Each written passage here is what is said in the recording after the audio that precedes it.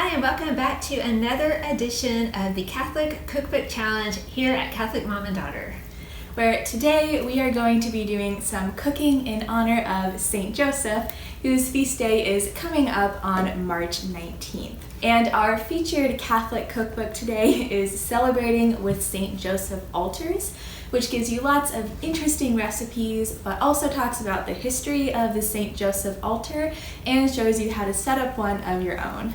So from this book, we're trying a very new to us Sicilian recipe called hard-boiled eggs with tomato gravy, and you serve it over pasta, and it is meatless, so it is perfect for Lent.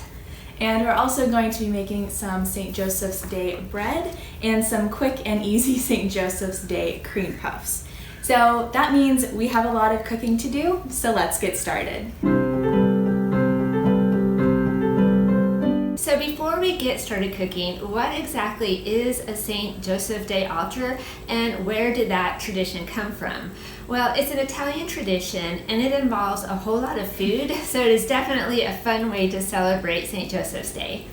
So the tradition comes from the island of Sicily, where in the Middle Ages, the island was suffering under a severe famine and a drought. The families were starving and the fishermen weren't even able to bring in enough fish. So the villagers had the idea that they would pray and ask for the intercession of St. Joseph to help end the drought and the famine. So they prayed, and St. Joseph was faithful, and he definitely helped them out. He provided help in 3 ways. The first was through the fava bean, which is a very humble but nutritious bean that got them through the worst of the famine. The second way is that it started to rain and the drought ended, and this was just the perfect gentle rain that was soaking and good for the crops and helped them grow. And then the third thing was that all of a sudden after they prayed, the fishermen started catching fish again.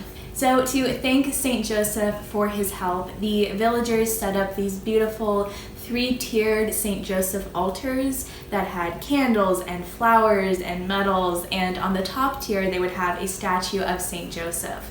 And since this was a thank you for providing them with food and ending the famine, they would bake all kinds of food and put it on the altars for everyone to come and share. Anyone was welcome to come and take food from those altars. So this wonderful cookbook has all of the history and traditions of the feast day in it. It has prayers in the back, and it even has lots of beautiful pictures of St. Joseph Day altars to inspire you. So we definitely recommend this one, and now we have a lot of cooking to do. We've got to get started.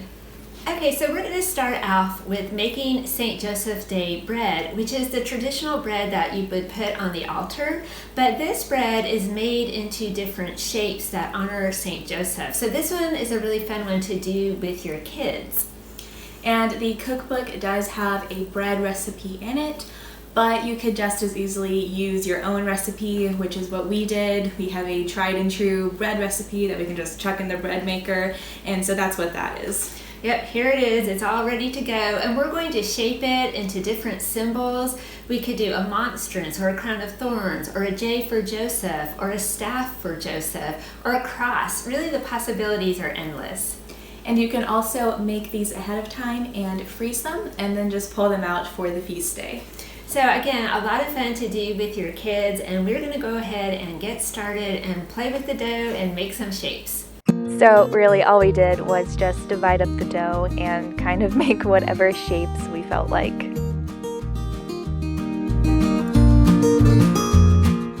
Okay, so we used up all our dough. We're going to show you what shapes we made. We made a monstrance, and I made a heart for the Sacred Heart of Jesus. And then I made this braided J, which is very thick. I wonder how that's going to bake. Then also a braided crown of thorns inspired circle. I don't know how else to describe that. It's fine. And then just a basic cross. You could also get really fancy. In the book, they show pictures of some really intricately created bread that they used a special toolkit for. We are not that fancy. But you could also do something like a fish, or you could do a camel for the flight into Egypt, or you could do a lily. You could really get creative. So So now we have to cover these and let them rise, and while they rise, we are going to go on to our cream puffs. The cream puffs are a very traditional St. Joseph's Day food. So today we're using a quick and easy version from a blog called Wishes and Dishes, and we'll link it down below for you. There is a more traditional recipe in the cookbook, but we're using the cookbook for our main dish, so we're going quick and easy for the cream puffs. And all you need for the cream puffs is flour, salt, heavy cream, milk, vanilla, pudding mix, butter, eggs, and then water, but I don't think I need to show you water. Quick and easy, like all you need is 20 ingredients.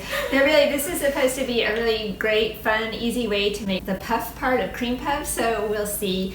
And again, St. Joseph Day altars usually have a lot of treats and goodies on them, so the cream puffs will be delicious and will fit right in. We started first with the cream puff filling, and we're using 2 packets of pudding mix, then some vanilla, the heavy cream, and then the milk, and then whisked that all together. To start the dough, we have butter and water mixed together in a saucepan until it comes to a rolling boil. Then we move it off, add flour and salt, and then stir it together to make a dough. Then we're putting the dough into the stand mixer, and we're going to let it beat the dough to cool it off a bit.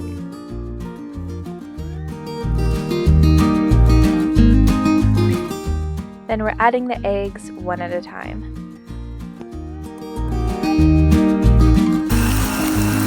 The ship beagle has realized that somebody is cooking. Did you have fun digging in the dirt? That's why you have a crust on your nose. Then we're scooping the dough out onto a baking tray so we can put it in the oven. Alright, now we're on to our main dish, which is tomato gravy with hard-boiled eggs served over fresh pasta, which is a very traditional Sicilian dish, so we've read, but it's good because the eggs are a form of protein and they're very economical, and plus it's Lent, so we're not eating meat. And there's also no cheese on this recipe, simply because during the famine that St. Joseph saved Sicily from, no cheese was available. So it looks like there are a lot of ingredients here, and there are, but it's mostly stuff that you just have around the house anyway. So what you need is sugar, red wine, oregano, basil, 3 different types of tomatoes, crushed, paste, and puree. You need cinnamon, a bell pepper, onion, garlic, olive oil, water, spaghetti, salt and pepper, and then the hard-boiled eggs. They're just going to go whole into the gravy, so we've never had this dish before. I think it could be pretty good, so we're going to get started. First thing we did was start by chopping up the pepper and the onion. To start off the sauce, we're putting oil into our cast iron skillet, then garlic, then the onions, and then the green pepper. Then we're adding in all the tomatoes.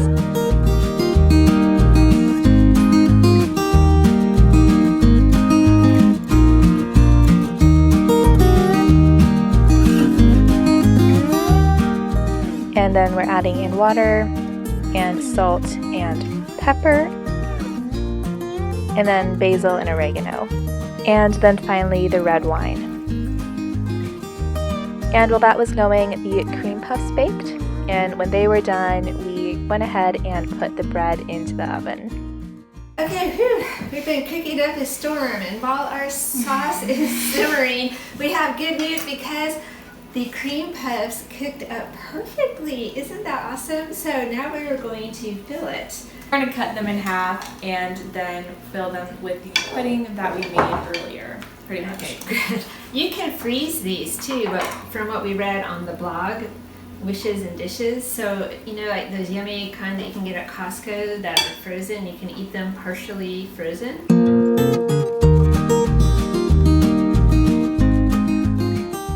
So now we're just going to dust them with powdered sugar so they look like official cream puffs. Oh my goodness. I don't think we've ever made anything so beautiful. So yeah. We'll see how they We'll see stand how up they to the hold taste up test. to the taste test in a little bit. But the looks test. The they looks have test. passed. Okay, we are in the home stretch. All we have left to do now is get the hard-boiled eggs ready to add to the gravy. We've had a few taste testers come through and sample the cream puffs. They gave them a thumbs up, but we have not tested them yet. So we're going to tackle the hard-boiled eggs and then on to the taste testing. Then for the eggs, we're just heating up some oil and browning them on all sides. And then they're going to go into the sauce. And we also mixed up our breadcrumbs or sawdust while that was going. We also boiled our pasta and then we put everything together. Alright, so here we are. We have the finished product. We've topped the egg and tomato and gravy and pasta with the sawdust from St. Joseph's workshop, which is really just the breadcrumbs that we sauteed in olive oil. Now, from what I read, what we're supposed to do is chop up the egg and just eat it with the spaghetti, so we'll see. So it's sort of chopped up. We're going to go ahead and just go for it. Taste test.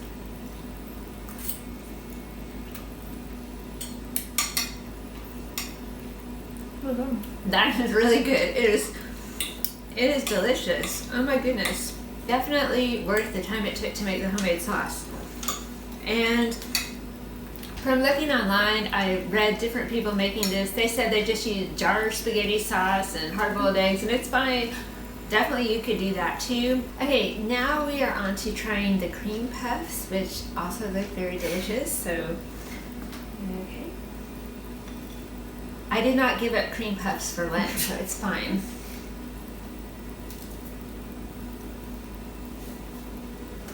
Not bad. It tastes like real cream puffs. They do. So another winner. And lastly, this is how the bread turned out. I forgot we were supposed to beat an egg and put an egg wash on them before they baked to make them look all shiny and perfect, but I mean, I'm just saying that's a pretty good monstrance. So we are probably not going to build like the whole 3-story St. Joseph's altar today because it's not St. Joseph's Day right now, but we might freeze the bread and save it for closer to the day. I don't know what we'll do, we'll see. All right, so let's talk about the ease of the recipes. Definitely, the cream pies were pretty easy. Yeah, they were. I mean, I think the bread gets the easiest because it's just bread, but the cream puffs weren't bad. You know, I would definitely make, I was so excited that they turned out and they taste really good. So definitely either one of these, again, if we split them up into 3 different days, I think we would make them again. None of them were particularly hard. So 3 winner recipes all the way around. So all in all, it seems like our cooking today was a success. We only tried 1 recipe from this book, but we really enjoyed it. Yeah, I'm definitely motivated to try more recipes from the book because we did all the bread and the cream puffs and the sauce all on the same day, but if you just did one at a time, you know, it would be definitely very doable. And I would definitely make the spaghetti egg thing all the time because it was delicious. So we hope this will inspire you to maybe make something special for St. Joseph's Day because he is the terror of demons, the defender of the Holy Family, and the guardian of the Universal Church. So we thank you for joining us on our afternoon of cooking. We hope you enjoyed the video and we'll see you next time. St. Joseph, pray for us. Bye.